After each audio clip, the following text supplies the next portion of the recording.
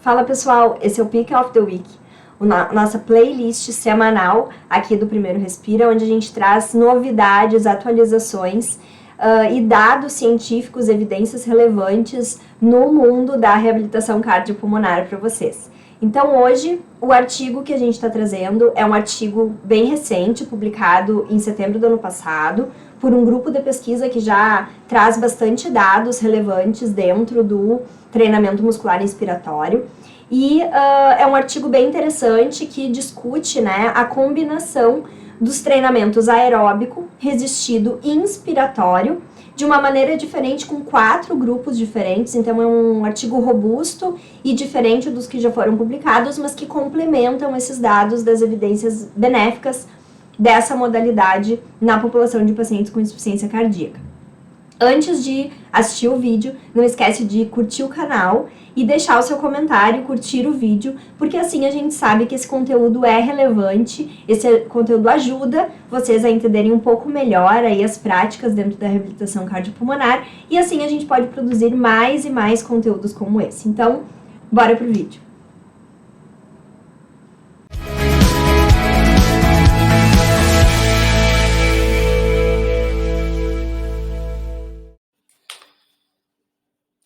Bom, então no Pick of the Week dessa semana eu vou falar sobre esse artigo que foi publicado na Cardiac Rehabilitation e tratou então do uso de um protocolo de treinamento muscular inspiratório de baixa intensidade em pacientes que foram submetidos à cirurgia cardíaca para troca valvar. E basicamente os autores observaram então uma melhora da função inspiratória, muscular inspiratória, né, observada pela pressão inspiratória máxima, a função pulmonar e a capacidade funcional desses pacientes nesse período pós-operatório em relação aos pacientes que não realizaram o TMI. Foi um ensaio clínico randomizado que agrupou pacientes em 2 grupos, um que realizou o treinamento inspiratório com carga linear pressórica e outro grupo que realizou o treinamento placebo, sem carga. O treinamento nos 2 grupos, né, então a intervenção começou 3 dias após a cirurgia e foi feita 2 vezes por dia por 4 semanas desse período pós-operatório imediato, né, a gente pode chamar assim ainda na fase hospitalar. Então, eles observaram resumidamente aqui uma melhora na distância percorrida no teste de caminhada de 6 minutos, também uma melhora da pressão inspiratória máxima em relação ao grupo que não fez, né, comparando o grupo que fez TMI e o grupo que não fez com carga, e também alguns valores relativos à função pulmonar que a gente vai ver mais detalhadamente a partir de agora. Então, dessa forma, eu selecionei aqui 3 highlights que, na minha opinião, foram os que mais me impactaram nesse estudo, né? Mostrando, então, que o TMI pós-cirurgia de troca valvar, ele apresenta resultados muito interessantes, proporcionando, então, melhores condições pós-cirúrgicas para esses pacientes, né? Vou falar para vocês também a respeito de algumas modificações aí pelo contexto cirúrgico, né, as limitações, mas basicamente a pressão inspiratória máxima, a distância percorrida no teste de caminhada de 6 minutos e a função pulmonar nos pacientes que realizaram TMI com carga permaneceram em níveis muito melhores no pós-cirúrgico quando comparado com aqueles pacientes que fizeram o treinamento placebo.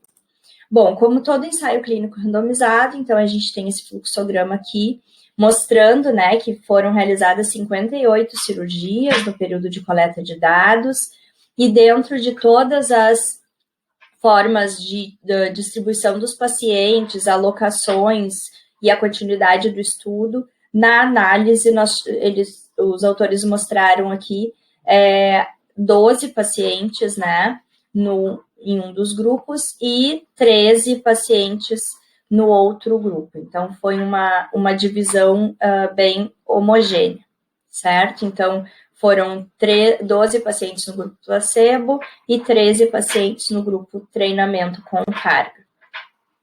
Aqui eu trago para vocês só a distribuição demográfica, então, né, para a gente, já que se tratam de pacientes pós-cirúrgicos, para a gente ver aqui que a proporção da distribuição nos grupos, ela foi bem homogênea, então não teve diferença significativa entre as variáveis de características demográficas, né, entre os grupos. Uma das coisas importantes aqui é a igualdade dos grupos em relação à função cardíaca mesmo, né, no pré-cirúrgico. E o TMI aqui, né, demonstrando um ganho de força do grupo que treinou com carga maior em relação ao grupo placebo, né? Vocês notem que aqui, então, no pré-operatório, os grupos, eles eram bem parecidos, não tinham diferenças significativas, né, entre a força. Ambos, né, na primeira semana ali tiveram uma redução da força, que isso aqui pode ser até relativo à dor do pós-operatório, não necessariamente a função, né. Porém, no decorrer das 4 semanas, aí a gente teve um aumento da força, né? E aqui vocês podem observar que, comparando o pré e o pós, o final das 4 semanas, a gente tem uma diferença, né, de resultados, mostrando que o grupo placebo, além dele ter perdido, né, ter essa redução da força no pós-operatório, ele terminou as 4 semanas com uma força menor do que ele começou, né? E o grupo treinamento com carga, o que aconteceu? Ele acabou ganhando aqui e terminou as 4 semanas sem diferença significativa para o pré-operatório. Então, isso é um dado importante, né? Levando em conta todos os efeitos da cirurgia em si que a gente vai ter.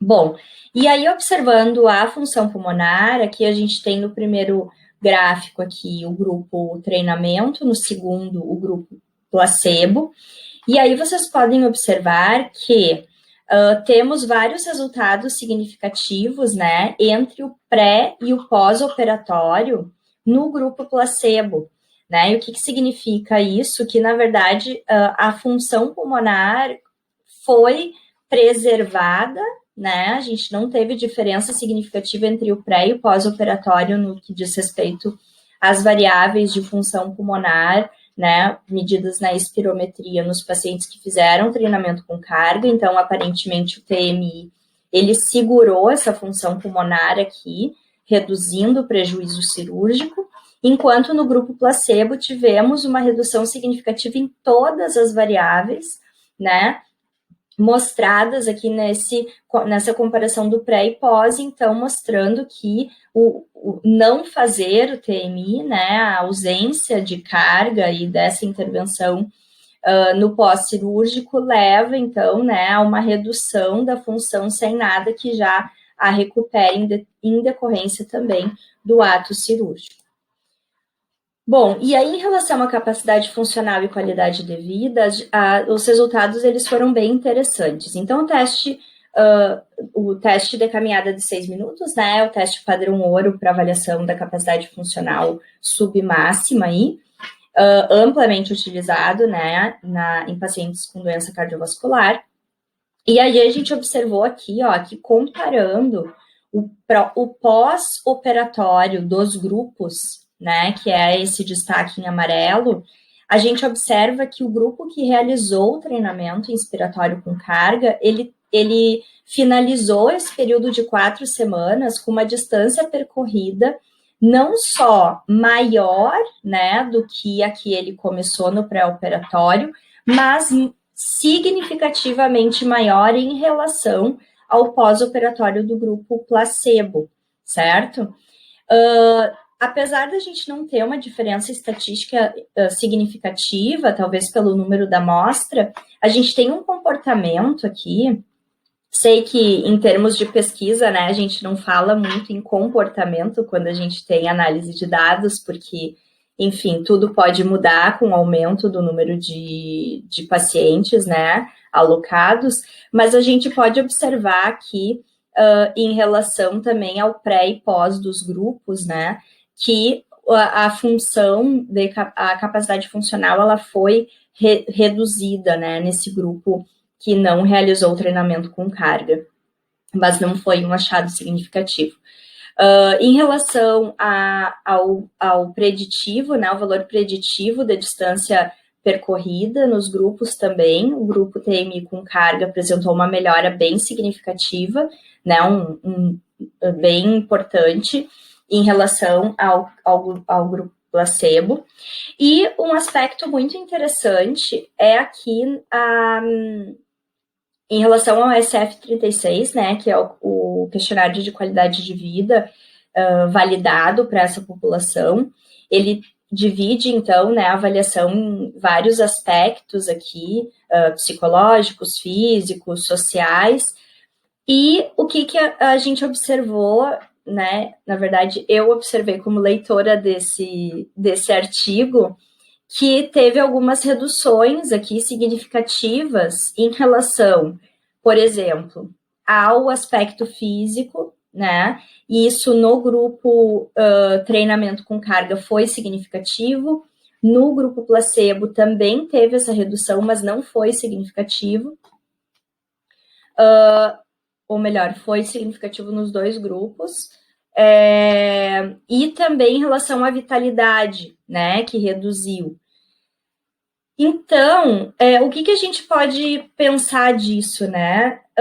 Os autores discutem esses resultados da SF-36 de uma maneira bem interessante e, claro, né, aqui a gente está vendo, então, os resultados em relação ao TMI, mas essas variáveis do SF-36, elas parecem estar muito dependentes desse período pós-operatório, porque o questionário, ele aponta, né, perguntas em relação ao último mês. E como a gente está falando de 4 semanas, então eles tinham o último mês pré-operatório e aqui justamente o último mês pós-operatório imediato, onde teve muitos casos, né, a frequência de dor, de inatividade, restrição no leito. A gente sabe que a cirurgia cardíaca, como qualquer cirurgia, mas talvez um aspecto psicológico maior, né, por se tratar de pacientes que ficam mais debilitados. Então, aparentemente, o que limitou ou que influenciou mais, né, esse aspecto do SF-36 da qualidade de vida foi realmente esse período de 4 semanas aí, onde os pacientes relataram bem a situação pós-cirúrgica.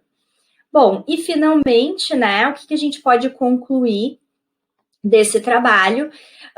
Aparentemente, então, esse treinamento muscular inspiratório de baixa intensidade, né, ele melhora aí as condições pós-operatórias de pacientes submetidos à cirurgia de troca valvar, e mesmo relacionando, né, considerando as limitações relacionadas à cirurgia cardíaca, né, a capacidade funcional, a função pulmonar e a força muscular inspiratória apresentam menor prejuízo no pós-operatório. Certo? E a gente acredita que isso possa, sim, ter repercussões importantes na recuperação, né? Acelerar a recuperação e a retomada da autonomia, da independência, da qualidade de vida desses pacientes. E, além disso, reduzir complicações pós-cirúrgicas comuns, né? Como necessidade de outras intervenções ou de outras internações hospitalares, principalmente no que diz respeito à redução da função pulmonar, certo? Então, eu gostei muito desse artigo. O link, na verdade, o documento em PDF vai estar disponibilizado no nosso canal do Telegram, do Primeiro Respira. E para essa semana foi isso. Espero que vocês tenham gostado. Curtam o vídeo, por favor, e fiquem agora com o vídeo final. Então é isso, pessoal. Espero que vocês tenham gostado. É um artigo bem grande, né? Um artigo bem extenso, com 4 grupos, mas espero que a explicação tenha sido clara.